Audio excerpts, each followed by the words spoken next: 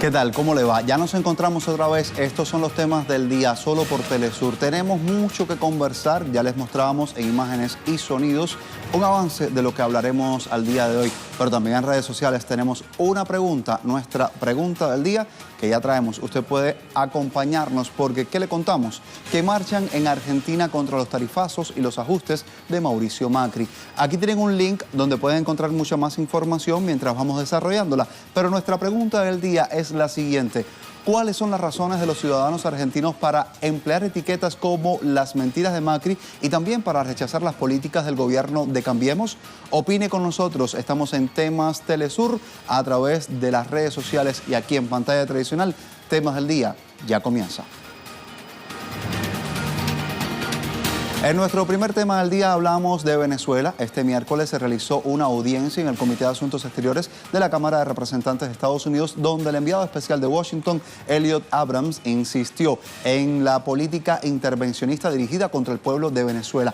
Interrogantes muchas, entre ellas, ¿qué reacciones hay en torno a estas declaraciones? ¿Quién es Elliot Abrams y cuál es su interés en una intervención en Venezuela? Entérese con nosotros, lo hará de inmediato. Aquí está todo. Imágenes en primer plano. Durante esta sesión, Elliot Abrams, pidió al Congreso reconocer al diputado opositor Juan Guaidó como presidente encargado de Venezuela. También informaba sobre nuevas medidas unilaterales contra funcionarios del Estado venezolano, pese a que Abrams estuvo reconociendo que las sanciones petroleras estadounidenses afectan la economía venezolana. También insistió en mayores sanciones, detallando así que la producción petrolera del país suramericano verá reducida a la mitad para finales de este año presente, 2019.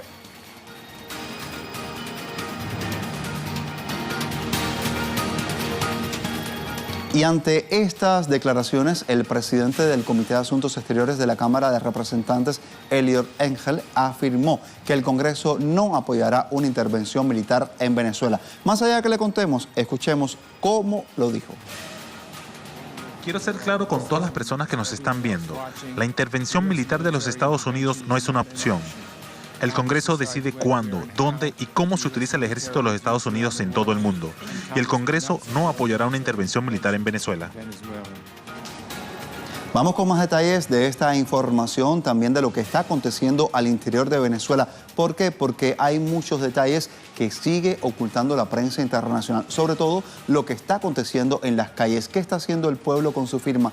¿Qué se pide? Además, ¿cómo se sigue preparando las Fuerzas Armadas para salvaguardar la integridad territorial del país y también salvaguardar a los ciudadanos? Luis Tavera Blanques nos tiene todos los detalles de esta jornada. Luis, bienvenido a nuestros temas del día. A esta hora, ¿cuáles son los temas de los que hablan los ciudadanos en las calles?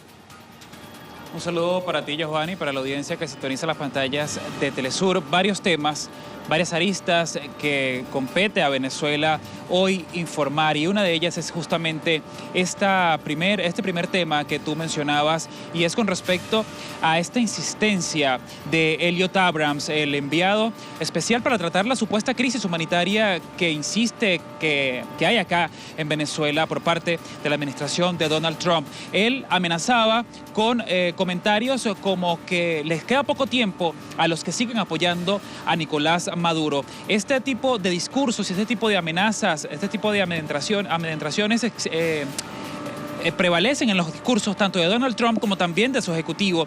Hay que resaltar, Giovanni, que Elliot Abrams no solamente es un encargado de operar intervenciones militares, sino que además fue el autor intelectual en la intervención militar ocurrida en Panamá y perpetrada por los Estados Unidos. Mientras todo este contexto sucede desde Venezuela, se mantiene esta denuncia de golpe de Estado en contra de esta nación, y ya lo escuchábamos ayer, esta misma denuncia que hacía el canciller de Venezuela, Jorge Arreaza, ante la Organización de las Naciones Unidas, y agradecía el respaldo internacional que cada vez se va va sumando. Tú mencionabas también otro de los componentes de esta guerra psicológica o de este golpe de Estado, y es justamente estas fake news, estas noticias falsas que buscan desestabilizar la sociedad en Venezuela ante el ojo internacional, porque acá en Venezuela se vive el día a día, se vive la cotidianidad, y los mismos venezolanos dicen que necesitan seguir viviendo en este escenario de paz. Ayer también fue un día de movilizaciones, se esperaba mucha atención a través de las redes sociales, sin embargo, tanto los seguidores de la oposición como los seguidores de las fuerzas revolucionarias realizaban lo suyo en este ambiente democrático, en este derecho que los ampara la Constitución de Venezuela en poder expresarse libremente, siempre y cuando prevalezca la paz, y lo hagan en esta misma sintonía que se está viviendo en Venezuela, en esta misma sintonía de democracia. Otro de los puntos que también es importante que se resalte en este tema es justamente el respaldo, pero de las fuerzas militares hacia la Constitución de esta nación, esta necesidad de seguir apostando por el marco constitucional y seguir rechazando cualquier intención de intervención militar acá en Venezuela, porque ya se conoce por la misma denuncia de analistas, por la misma denuncia del Ejecutivo Nacional, que estas ayudas humanitarias o estas propuestas que se enmarcan en los proyectos de Estados Unidos hacia los países de Latinoamérica terminan en consecuencias muy desastrosas para los venezolanos. Así muy bien lo ha dicho también gobiernos como de Rusia, quienes aconsejan a Estados Unidos si pretenden hacer una ayuda humanitaria a Venezuela, la mejor manera sería desbloquear las cuentas financieras y cesar este asedio que ellos impulsan, también con gobiernos vecinos como también el de Colombia.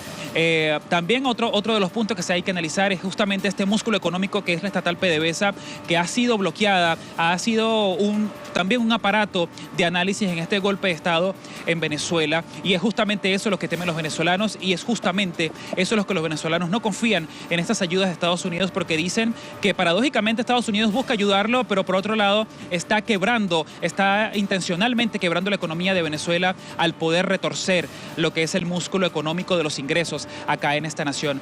Parte de lo que se vive acá en Venezuela, parte de las informaciones. Mientras tanto, Yosvani, en las calles se respira la paz, se respira esta jornada de firmas antiimperialistas que cada vez se suman más los venezolanos en todos los puntos donde se está instalando esta recolección de firmas para llevarlas hasta la Casa Blanca y demostrarle a la administración de Donald Trump que son más los venezolanos que quieren vivir en paz y son más los venezolanos que rechazan una intervención militar en esta nación, Yosvani.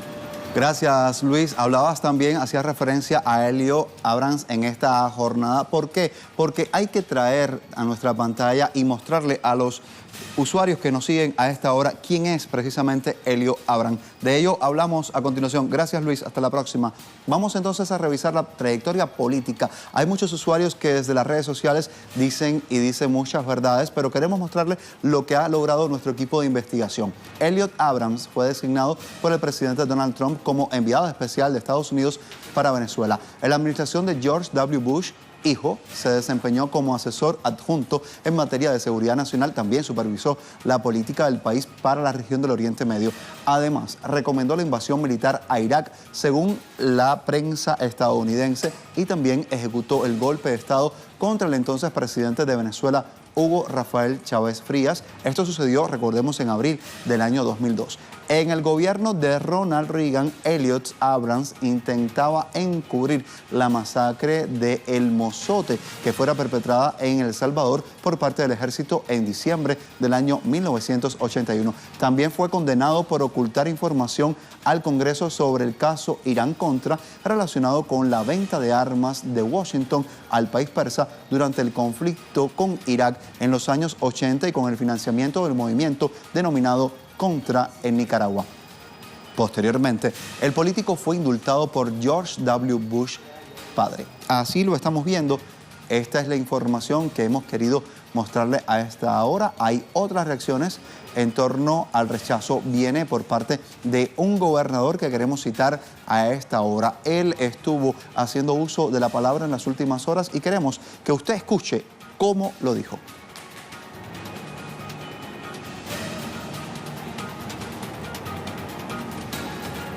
Así se lo estamos mostrando a esta hora. Ya este particular se los estábamos queriendo hacer saber, pero vamos a revisar entonces cómo desde las redes sociales están llegando estas reacciones.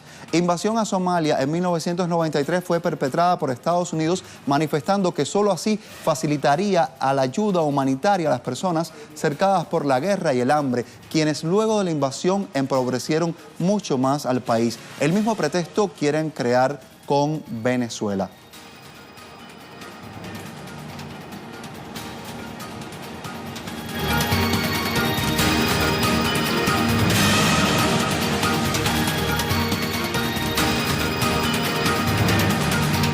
En redes sociales le comentábamos y le preguntábamos también, marchan en Argentina contra tarifazos y ajustes de Mauricio Macri. La pregunta del día, ¿cuáles son las razones de los ciudadanos argentinos para emplear etiquetas como mentiras de Macri y rechazar también políticas del gobierno de Cambiemos? Opine con nosotros en Temas Telesur. Aquí estamos en nuestras cuentas @temas Telesur, @Telesur TV y @Yosvani Telesur. Marcamos una breve pausa, pero será luego de que veamos nuestra imagen del día. ¿Por qué? Porque nos lleva hoy hasta la frontera entre México y Estados Unidos. Allí, miles de migrantes centroamericanos se han lanzado hacia el río Bravo con su amplio caudal y peligrosas corrientes que traza toda una línea fronteriza de 1.800 kilómetros.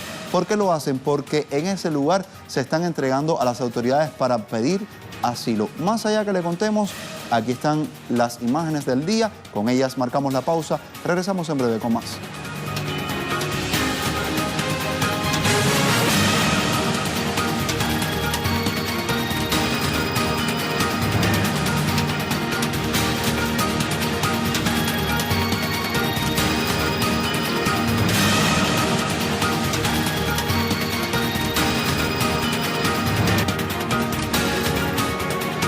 Argentina también en nuestros temas del día de hoy, porque movimientos sociales se han movilizado este miércoles junto a diversos sectores sindicales. ¿Para qué? Para exigir el rechazo de la implementación de medidas neoliberales que han sido impulsadas por el actual gobierno del presidente Mauricio Macri. Esto y más lo revisamos a continuación. Es nuestro segundo tema del día. Aproximadamente más de 200.000 trabajadores desde la ciudad de Buenos Aires y 1 millón en todo el resto del país se han movilizado y lo hacen para reclamar al gobierno de derecha de Cambiemos negociaciones salariales con el Ejecutivo que pueda permitir a los trabajadores acceder a la canasta básica de sus alimentos y también el pago de los servicios básicos. Igualmente el derecho a la tierra, el techo, el trabajo que están contemplados en la Constitución vigente en el país. Allí, otras organizaciones como lo son el gremio de los transportistas o también la Asociación de Trabajadores del Estado, por citar muchas de las que están allí, están reclamando el ajuste económico del gobierno de Cambiemos.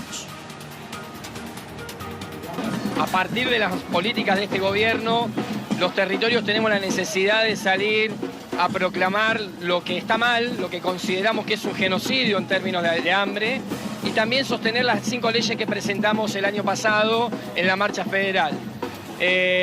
La importancia de hoy es además el marco de unidad que se da, un marco de unidad que se da a partir de ciertas propuestas, de propuestas concretas, propuestas que son constituidas y construidas en cada uno de nuestros territorios. Digo, simplemente lo que nosotros ponemos en letra es aquello que cotidianamente realizamos en cada uno de nuestros territorios cuando el Estado no está presente al servicio de los trabajadores y las trabajadoras que menos tienen, y sí está presente para pagar el Fondo Monetario y para las políticas internacionales.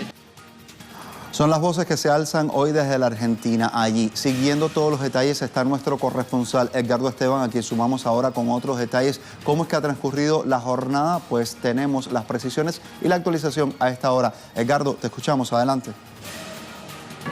Siempre es un placer saludarte y también saludar a toda la audiencia de Temas del Día. Y como bien decís, en Buenos Aires, pero también en distintas ciudades del país, se han realizado movilizaciones en función justamente de lo que significa el reclamo por parte de los movimientos sociales a buscar salidas concretas para los sectores más vulnerables del país. En esta situación de emergencia social que está teniendo, se le está pidiendo al gobierno de Mauricio Macri la posibilidad de tener un techo digno, un trabajo digno y también la posibilidad de buscar alternativas, también reclamándole al Congreso Nación una ley de emergencia alimentaria para poder dar fondos a esos comedores sociales que hay en los barrios más vulnerables, más pobres de la Argentina y que puedan tener para poder dar un plato de comida para aquellos sectores que están pasando realmente hambre y que va creciendo a partir de las políticas que se está implementando por parte del gobierno de Mauricio Macri. Un acto que se desarrolló en la avenida 9 de Julio, en donde hablaron los máximos referentes de los movimientos sociales, planteando también que van a continuar con el plan de lucha, movilizaciones a partir de la semana que viene, también la exigencia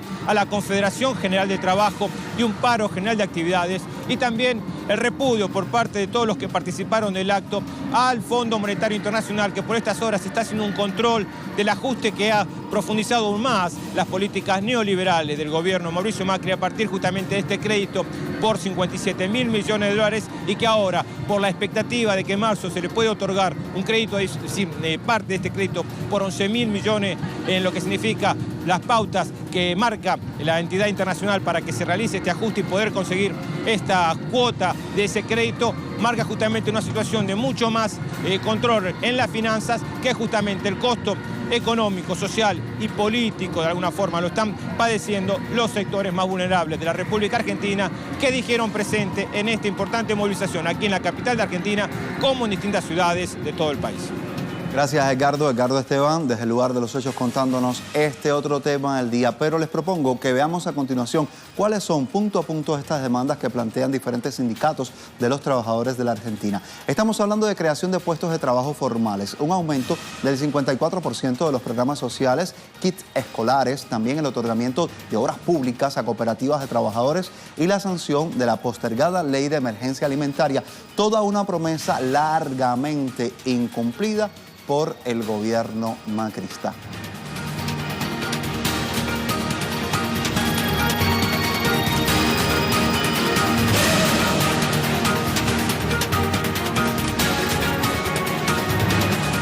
En un solo tuit, nuestros corresponsales también nos cuentan lo que está haciendo noticia en esta jornada. Iniciamos en Ecuador. Cristian Salas dice que se inicia paro nacional convocado por organizaciones y movimientos sociales en varias ciudades de Ecuador. Desde Quito, los manifestantes se movilizan hasta el Palacio de Gobierno. Cristian Salas, lo escuchamos a esta hora.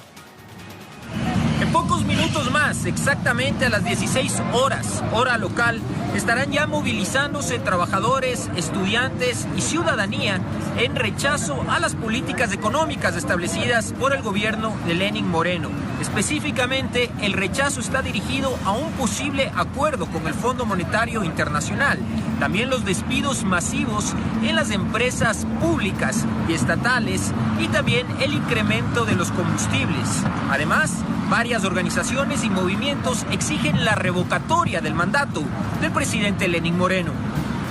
Más información lo trae Tiare Valenzuela a esta hora desde su cuenta en Twitter. Dice que el más reciente resumen nacional de incendios forestales se ha dado precisamente allí en Chile. Se reporta 95 incendios a nivel nacional, de los cuales 16 se encuentran activos. Alerta roja en la región de Aysén, a reserva de flora y fauna de ese país. Vamos por más.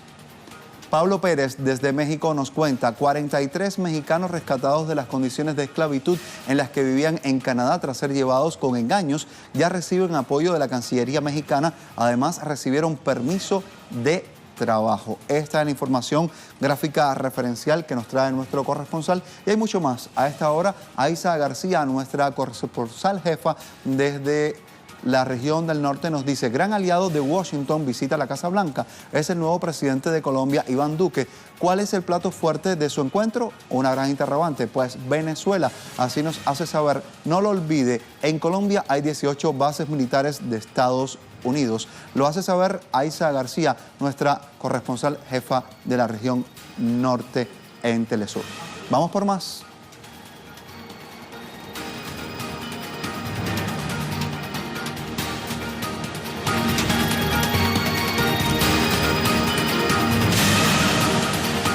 Nuestro tema en desarrollo nos lleva hasta Damasco, Siria. ¿Qué está sucediendo en esa región del Oriente Medio? ¿Por qué se mantiene mucha actividad en esa zona? ¿Cuáles son los últimos temas que han salido a la luz? Los tiene nuestro corresponsal permanente en Damasco, Hisham Wannous. Con él nos conectamos a esta hora. Hisham, bienvenido.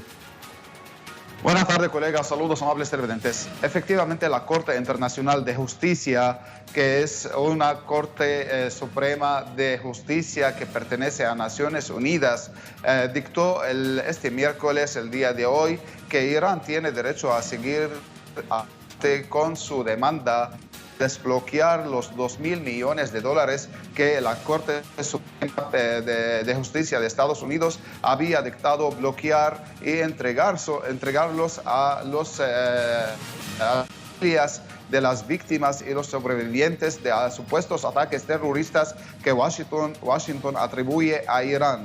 Realmente Estados Unidos no reconoció este dictamen de la Corte Internacional de Justicia y aseguró que no tiene competencia para decidir en el caso. Sin embargo, la Corte Internacional de Justicia aseguró que tiene competencia para expandir en el caso y decidir en el caso, y realmente afirmó que Irán tiene el derecho de seguir adelante con su demanda supuesta y rechazó los argumentos de Estados Unidos sobre de que Irán había cometido ataques terroristas que causaron la muerte de ciudadanos estadounidenses, ya sea dentro de Estados Unidos o en las afueras o en el extranjero. Sobre todo, familias de los 240 soldados que perdieron la vida de la Marina de Estados Unidos, de Francia, de las fuerzas internacionales que estaban en Beirut o en la costa de Beirut en el año 1983, los atentados terroristas que Estados Unidos atribuye a Irán.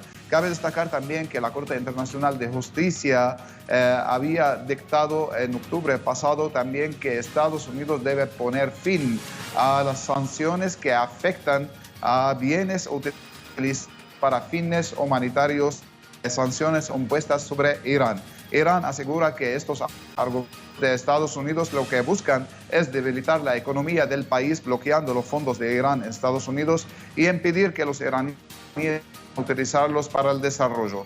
Lamentablemente, en paralelo con esta noticia, que es buena para los iraníes, ocurrió un atentado terrorista el día de hoy en el sur de Irán. Este atentado terrorista con un carro lleno de explosivos que fue detonado en las cercanías de un autobús que transportaba a militares de las Guardianes de la Revolución al sur de Irán y causó la muerte, según fuentes mediáticas iraníes, de 41 soldados y civiles. Pero fuentes oficiales iraníes afirman que los muertos la cifra de muertos llegó a 27 muertos. Y hay que destacar que el llamado o el grupo terrorista conocido como Jaish al-Adl reivindicó este ataque mediante un comunicado y que Irán afirmó que este ataque ocurre después de la masiva participación popular en las celebraciones del aniversario 40 de la Revolución Islámica de Irán,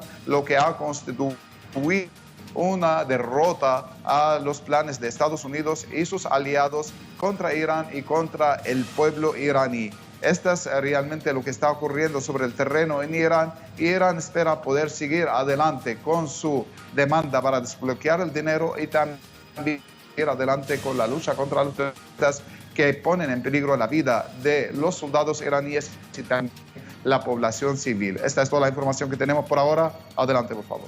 Gracias, Hisham Warnouz, nuestro corresponsal permanente en Damasco, Siria, con toda la información de las últimas horas. Vamos por mucho más. Les preguntábamos algo al inicio del programa en redes sociales y ya lo revisamos.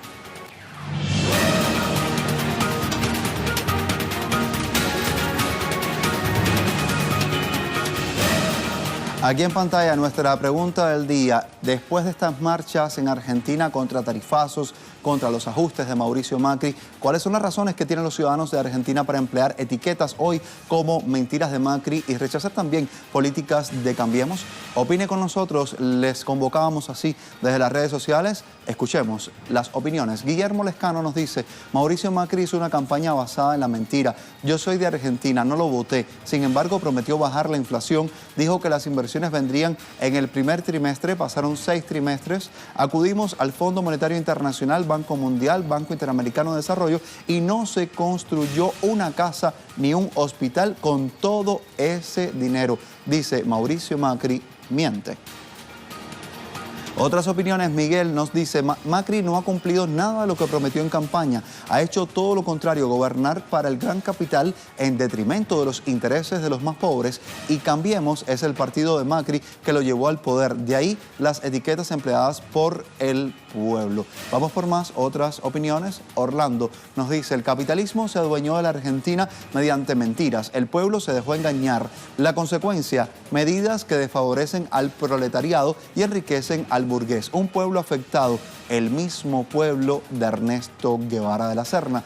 Hay más respuestas a esta hora. Usted puede seguirlas revisando a través de nuestras cuentas en Twitter, @TelesurTV, Temas Telesur y @Josvani Telesur.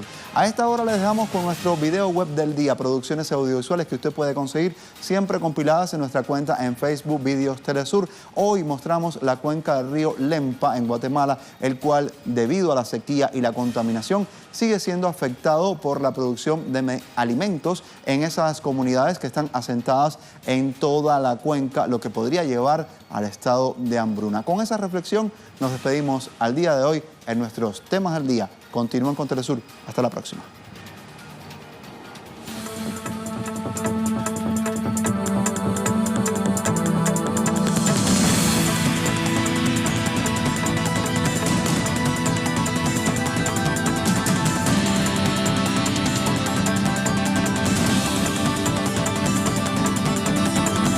Y lamentamos, ¿verdad? Porque donde miramos que cada día los peces se están desapareciendo, ya el río Lempa ya no es apto ni aún para bañarse, ni aún para que los animales tomen agua, no digamos ya para el consumo humano, ¿verdad? Porque lo miramos contaminado.